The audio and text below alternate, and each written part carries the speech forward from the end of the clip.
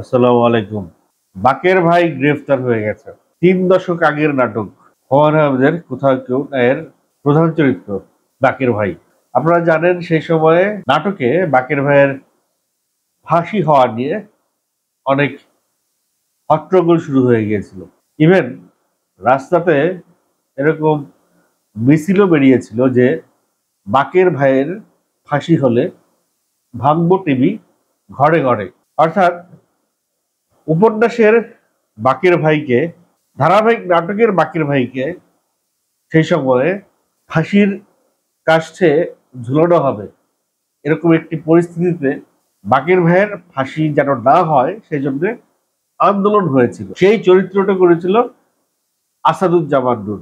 হ্যাঁ, এই আসাদুজ্জামান নূর বাকের ভাইয়ের নাটকে, এই কোথাও কেউ নাটকে বাকের ভাইয়ের চরিত্র করে বাংলাদেশের এমন কোনো মানুষ নেই যাদের হৃদয়ে স্থান করে নেয় নাই। অবশেষে হুমায়ূন আহমেদকে সরকারিভাবেও প্রেশার করা হয়েছে যে এই ধারাবাহিকে যেন তাকে ফাঁসি দেওয়া না হয়, কিন্তু হুমায়ূন আহমেদ তার সিদ্ধান্তে অটল ছিলেন। গোপনে তিনি বাকের ভাইয়ের ফাঁসির আদেশ, ফাঁসির দৃশ্য, এই সমস্ত কিছু তিনি গোপনে শুট করেছেন, কেউ যাতে না জানতে পারে। এবং ফাইনালি বাকের ভাইয়ের ফাঁসি হয়েছিল। সেই বাকের ভাইকে অ্যারেস্ট করা হয়েছে, কারণ সেই বাকের ভাই এখন আর বাকের ভাই নেই। সেই বাকের ভাই এখন আওয়ামী লীগের এমপি, সাবেক এমপি, আওয়ামী লীগের এক সময়কার সংস্কৃতি মন্ত্রী। বাকের ভাই সহ প্রায় ২৭-২৮ জন মন্ত্রীকে, বর্তমান সাবেক মন্ত্রীকে গোয়েন্দা পুলিশ অ্যারেস্ট করেছে। বাকের ভাইকেও অ্যারেস্ট করেছে গোয়েন্দা পুলিশ বেলি রোডে তার বাসা থেকে। এখন কথা হচ্ছে বাকের ভাইয়ের কিন্তু রিমান্ডও চাইতে পারে তারা। রিমান্ড মানে তো বোঝেন, রিমান্ড মানে একটু খাতির যত্ন করবে। এই যে একজন আসাদুজ্জামান নূর যাকে অ্যারেস্ট করা হলো, যার জন্য এখন রিমান্ড চাওয়া হবে, এই আসাদুজ্জামান নূর কি অপরাধ করেছে? সে আওয়ামী লীগ করতো, শুধু এটাই কি তার অপরাধ? মিরপুরে এক খুনের আসামি তিনি, সম্ভবত কোটা আন্দোলনের এক হত্যার আসামি তিনি, সেই অভিযোগে তাকে অ্যারেস্ট করা হয়েছে। এখন এই খুনের আসামি তো সাকিব আল হাসানও, খুনের আসামি করা হয়েছে জায়েদ খানকে, হত্যা মামলা, হত্যা প্রচেষ্টার আসামি। তো আর যারা সংস্কৃতি কর্মী যারা ছিলেন তাদেরকেও কি সুযোগ পেলে অ্যারেস্ট করবেন? তারা তো দেশের বাইরে। দেশের কথা বলছিলাম আসাদুজ্জামান নূরকে নিয়ে। সেই আওয়ামী লীগের একটি নমিনেশন নিয়ে তিনি ২০০০ সালে নাকি তার আগে আমার খেয়াল নেই, তবে ২০১৪ সালে তিনি একবার সংস্কৃতি মন্ত্রীও হয়েছিলেন। প্রায় ৫-৬ বারের এমপি সে, প্রায়। ওই এলাকায় আসাদুজ্জামান নূর ছাড়া আর কেউ এমপি হয়নি আমার জানা মতে, যদি ভুল না জেনে থাকি। এত বছরের একজন এমপি, সংস্কৃতি মন্ত্রী, সে কথিত আছে যে বাংলাদেশের সংস্কৃতির জন্য সে কিছু করেনি, সিনেমা সংস্কৃতির জন্য সে কিছু করেনি, এফডিসির জন্য সে কিছু করেনি, সে তার মানুষদের জন্য কিছু করেনি, কথিত আছে। টুকটাক কি করেছেন সেগুলোর লিস্ট আমার কাছে নাই, কিন্তু ওই যে নেগেটিভ বিষয়টা আগে প্রচারিত হয়, ওই জায়গা থেকে সে যা করেনি সেটাই বেশি ফলাও হয়। তো এখন এই যে বাকের ভাইকে থানায় নেওয়া হলো, অ্যারেস্ট করে তার রিমান্ড চাওয়া হবে, সেই জনপ্রিয়তা কি আসাদুজ্জামান নূরের আছে? সেই মানুষের কাছে তার সেই গ্রহণযোগ্যতা কি এখনো আছে? এখন কি আসাদুজ্জামান নূরকে নিয়ে আবারও রাস্তায় মিছিল বের হবে? বা যেই জেনারেশন, এই যে কোটা সংস্কার আন্দোলনের যে জেনারেশন সক্রিয় ছিল, সেই জেনারেশন হয়তো এই নাটকটা, বাকের ভাইয়ের এই বিষয়টা, এই ইম্প্যাক্টটা পায় নাই, বা পাইলেও কি তারা কি বাকের ভাইয়ের ব্যাপারে কোনো ছাড় দিতেন? বোধ করি আওয়ামী লীগের প্রত্যেকটি ৩০০ যে কয়টি আসনে আওয়ামী লীগ এমপি হয়েছে, প্রত্যেকটি আসনের এমপিকেই কোনো না কোনো মামলা দিয়ে অ্যারেস্ট করা হবে। এখন আসাদুজ্জামান নূর খুনের মামলায় আসামি, এটা কি কতটা গ্রহণযোগ্য? আবার সেই মামলায় তাকে অ্যারেস্ট করা, সেটাই বা কতটা গ্রহণযোগ্য? বা এই আসাদুজ্জামান নুরি কিন্তু এই আওয়ামী লীগের বিপক্ষে অন 11-এ সংস্কারপন্থী একটি দল গঠন করার চেষ্টা করা হচ্ছিল। সেই সংস্কার পন্থীদের পক্ষে আসাদুজ্জামান নূর ছিলেন, যার কারণে অন 11-এর পর থেকে আসাদুজ্জামান নূরকে একটু সাইড আউট করে রাখা হতো আওয়ামী লীগের রাজনীতিতে। তো এই আসাদুজ্জামান নূর এত জনপ্রিয় একজন অভিনয় শিল্পী যখন অ্যারেস্ট হয়েছে, তখন আর যারা আছেন যেমন মমতাজ, সুবর্ণ মোস্তফা, আরো যারা, এই যে আরেকজন তো পালিয়েই আছেন, তারানা হালিম, উনি তো বোধ হয় দেশে নাই, আরো অনেক ফেরদৌস পালিয়ে আছেন। তার মানে আপনি সংস্কৃতি ব্যক্তিত্বই হন, সিনেমার নায়ক হন, অভিনয় শিল্পী হন, আর নায়িকাই হন, আপনি যেই হন না কেন, আপনি আওয়ামী লীগের এমপি ছিলেন, তার মানে আপনি সেই সময় ফ্যাসিবাদ সরকারের পক্ষ হয়ে অনেক অন্যায় অবিচার করেছেন। সেই জন্য আপনি অ্যারেস্ট হবেন, এর জন্য আপনি প্রস্তুত থাকেন, অ্যারেস্ট আপনাকে হইতেই হবে।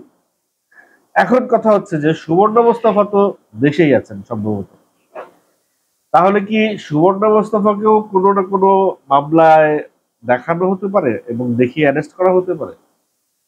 ভবিষ্যৎ বলে দিবে সেই বিষয়টা। আরো একটা বিষয় আপনাদের সঙ্গে একটু শেয়ার করতে চাই।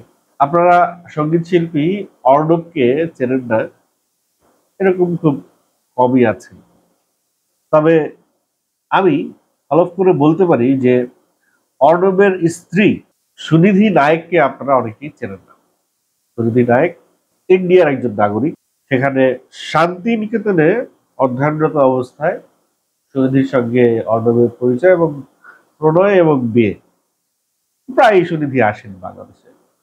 প্রসঙ্গ সেটা নয়, প্রসঙ্গ হচ্ছে যে অর্ণবের স্ত্রীকে পরিচয় দিয়ে করিয়ে দেওয়াটা প্রসঙ্গ নয়। প্রসঙ্গটা হচ্ছে যে সম্প্রতি অর্ণবের স্ত্রীকে হায়দ্রাবাদের সিবিআই এর পরিচয় দিয়ে একটা প্রতারক দল তাকে বিভিন্ন ভয়ভীতি দেখায় এবং 5 লক্ষ টাকা তার কাছ থেকে নেয়, এবং সেটি এত দ্রুত হয়, এত কয়েকটি ঘটনার ভেতরের মধ্যে দিয়ে এত তাড়াতাড়ি হয়ে যায় যে সে বুঝতে পারে নাই যে এটা একটা প্রতারক দল। পরবর্তীতে তার বন্ধু বান্ধবের সহায়তায় থানায় যখন অভিযোগ করে, তখন সে বুঝতে পারে এটা একটা প্রতারণার শিকার হয়েছেন তিনি। তাকে খুন করতে চেয়েছিল, সেই অভিযোগ আছে এরকম যে তারা তাকে ফোন করে ভয় দেখিয়েছে যদি টাকা না দেয় তাহলে তাকে খুন করা হবে। প্রথমে একটা অভিযোগ দিয়েছিল যে কোন এক ধরন্য ব্যক্তির ক্রেডিট কার্ড জালিয়াতি করেছে। আস্তে আস্তে সেটা পরে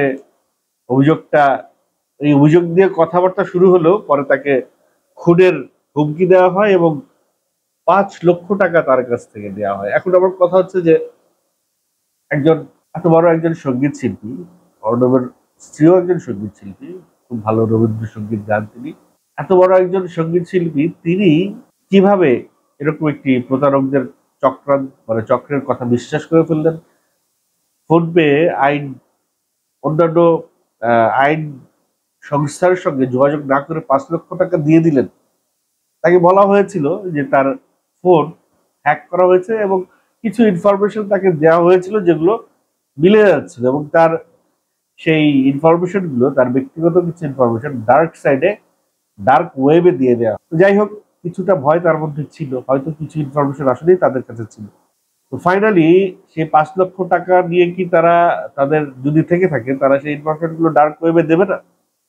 যদি থেকে থাকে, শুধু এই অর্ণবের স্ত্রীর বেলায় কেন, এরকম কিন্তু বাংলাদেশে আমাদের হুমায়ুন আহমেদের, প্রয়াত হুমায়ুন আহমেদের স্ত্রী শাওন এবং আমাদের নায়িকা দিঘি, এদের সঙ্গেও কিন্তু এরকম জালিয়াতি বা প্রতারণা হয়েছে। শাওনের সঙ্গে তো সচিবালয় থেকে ফোন দিয়েছে বলে বিকাশে তার কাছ থেকে টাকা নিয়ে নেওয়া হয়, আর দিঘির কাছ থেকেও বিকাশ থেকে প্রায় লক্ষাধিক টাকা বা 1 লক্ষের কাছে টাকা, মানে 1 লক্ষের কাছাকাছি টাকা নিয়ে নেওয়া হয় প্রতারণা করে। তো এরকম একটা বিষয় যে মানে প্রতারক চক্ররা আসলে এমন একটা জায়গায় মেন্টাল স্ট্যাটাসে নিয়ে যায় যাকে ফোন করে, তার আসলে ওই সময়ে সে হতবিহ্বল হয়ে যায়, সে বুঝতে পারে না সে কি করবে এবং ইনডিসিশনে ভোগে। সেই ইনডিসিশনে ভুগতে ভুগতে একটা ডিসিশন নিয়ে নেয়, আর সেটাই হচ্ছে গিয়ে প্রতারক চক্রের জন্য ফায়দা হয়। আমার সামনে, আমার চোখের সামনে আমার এক বন্ধুর এরকম দৃশ্য আমি দেখেছি। আমি তাকে বারণ করেছি টাকা দিতে, সে টাকা দিয়ে দিয়েছে। টাকা দিয়ে দিয়েছে মানে পিন নাম্বার দিয়ে দিয়েছে। আমি তাকে বারণ করছি, ফোনে এইভাবে পিন নাম্বার দেওয়া যায় না, দিস না। সে মানে এমন একটা, তার ভিতরে আমার একটা ইয়ে ছিল, একটা ভেজালের মধ্যে সে চলছিল এবং বারবার তাকে এমন কিছু ইনফরমেশন দিচ্ছিল যেগুলো তার কাছে বিশ্বাসযোগ্য মনে হয়েছে। এবং সে তার ব্যাংকের পিন নাম্বার দিয়ে দেওয়ার পরে তার ব্যাংক থেকে টাকা গায়েব হওয়া শুরু হচ্ছিল, তার বিকাশ অ্যাকাউন্ট থেকে। তখন সে ইমিডিয়েট ব্যাংকে ফোন করে সেটা বন্ধ করে, কিন্তু বন্ধ করতে করতে 1 লাখ টাকা চলে গেছে। বন্ধ করতে করতে 1 লাখ টাকা চলে গেছে।